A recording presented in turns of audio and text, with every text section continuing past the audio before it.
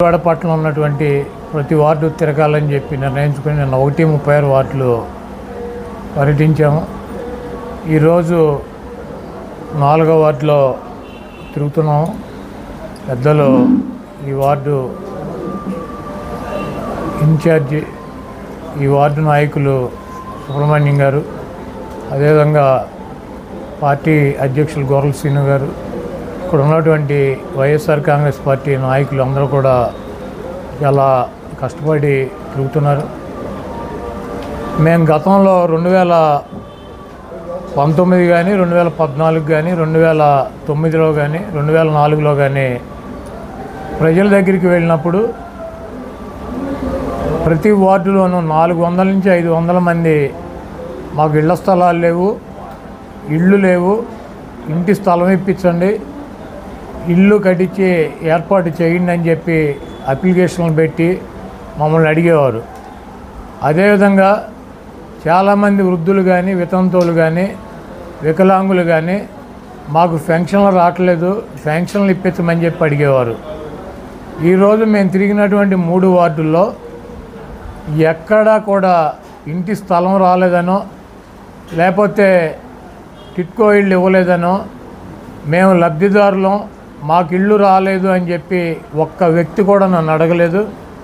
అదేవిధంగా ఒక్క వ్యక్తి కూడా మేము అర్హులం మాకు పెన్షన్ రావటం లేదని చెప్పి అడిగినటువంటి పరిస్థితి లేదు. జగన్మోహన్ రెడ్డి గారు ఇస్తున్నటువంటి అమ్మఒడి కావచ్చు, లేకపోతే విద్యా దీవెన కావచ్చు, విద్యా కానుక కావచ్చు, ఫీజు రియంబర్స్మెంట్ కావచ్చు, చేయూత కావచ్చు, ఆసరా కావచ్చు, ఏ లబ్ధిదారుడు కూడా మాకు రాలేదు, మేము ఇబ్బంది పడ్డాం ఈ ప్రభుత్వంతో అనే ఒక మాట కూడా చెప్పాల. దానికి చాలా గర్వంగా ఫీల్ అవుతున్నాం. రాష్ట్ర ప్రభుత్వం ప్రతి లబ్ధిదారుని గుర్తించి వాళ్ళకి ఈ ప్రభుత్వం నుంచి అందాల్సినటువంటి సాయాన్ని కులాలకి, మతాలకి, పార్టీలకి సంబంధం లేకుండా ప్రతి వ్యక్తికి కూడా అందించినటువంటి ప్రభుత్వంగా జగన్మోహన్ రెడ్డి గారి ప్రభుత్వం ఈ దేశ చరిత్రలోనే రికార్డులతో స్వర్ణాక్షరాలతో లిఖించబడుతుంది. అదేవిధంగా ఈ గుడివాడలో తెలుగుదేశం పార్టీ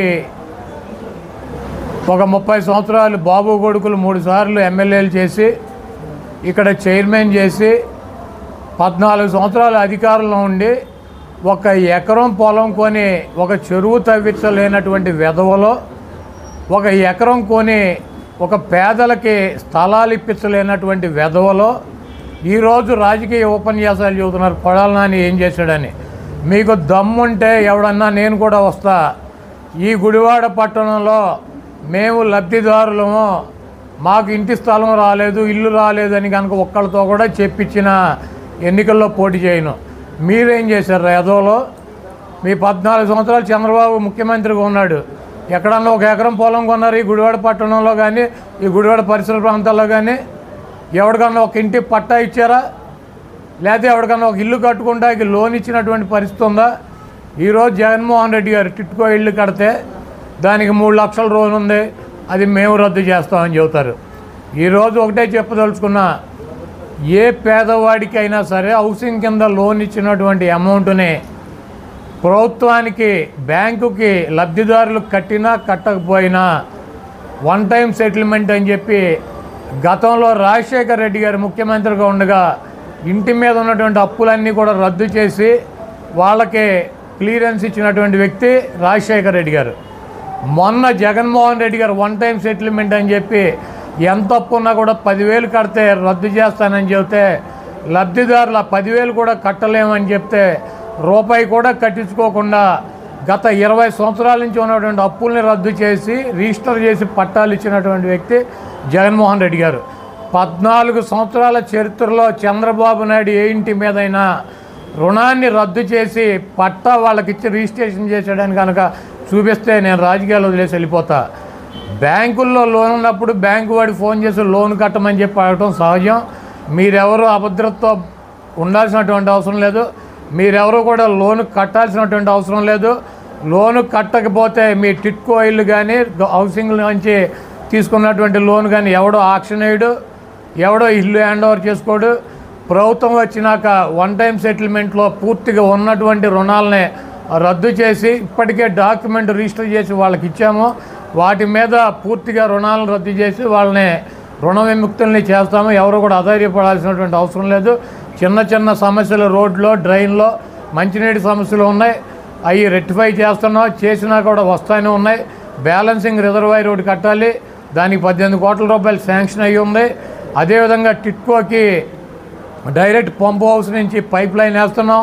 రైల్వే ట్రాక్ నుంచి కింద నుంచి రైల్వే వాటర్ పైప్ వేయాలి. అది రైల్వే వాళ్ళు వేయాల్సినటువంటి అవసరం ఉంది. వాళ్ళది లేట్ ఉంది. వాళ్ళు కూడా వచ్చి పనులు మొదలెట్టారు. ఆ టిట్కోకి వాటర్ సమస్య, వీధి లైట్ల సమస్య, అదేవిధంగా వాటికి ఉన్నటువంటి బ్యాంకు రుణాల సమస్య కూడా పూర్తిగా రాబోయే రోజుల్లో తొలగిపోతాయి.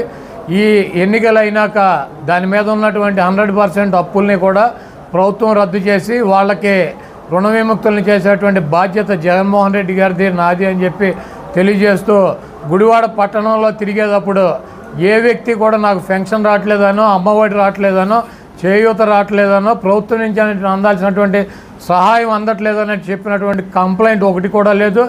ఎక్కడ కూడా మాకు ఇళ్ళు లేవు, ఇళ్ల పట్టాలు లేవు అని చెప్పేటువంటి పరిస్థితి లేదు. ఇళ్ల పట్ట అప్లికేషన్ పెట్టుకున్నటువంటి 90 రోజుల్లో ఇంటి పట్టా ఇచ్చి ఇల్లు కట్టుకుంటే 2 లక్షల రూపాయలు ఉచితంగా కూడా ప్రభుత్వం ఇస్తుంది. ఈ జగన్మోహన్ రెడ్డి గారి ప్రభుత్వంలో లబ్ధి జరిగినటువంటి ప్రతి కుటుంబం కూడా జగన్మోహన్ రెడ్డి గారికి ఓటేయాలని చెప్పి, మమ్మల్ని గెలిపించాలని చెప్పి కోరుకుంటున్నా.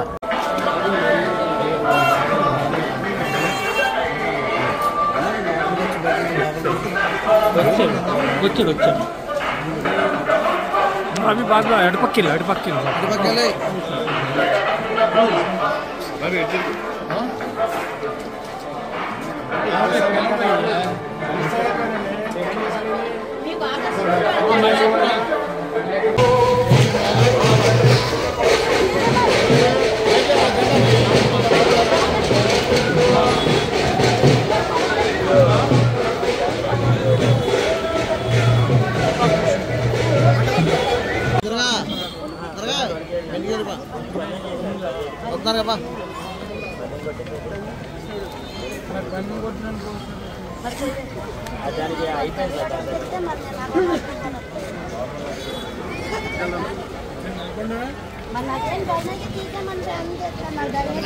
నలపొండ గారి హ్యాండర్ మొత్తం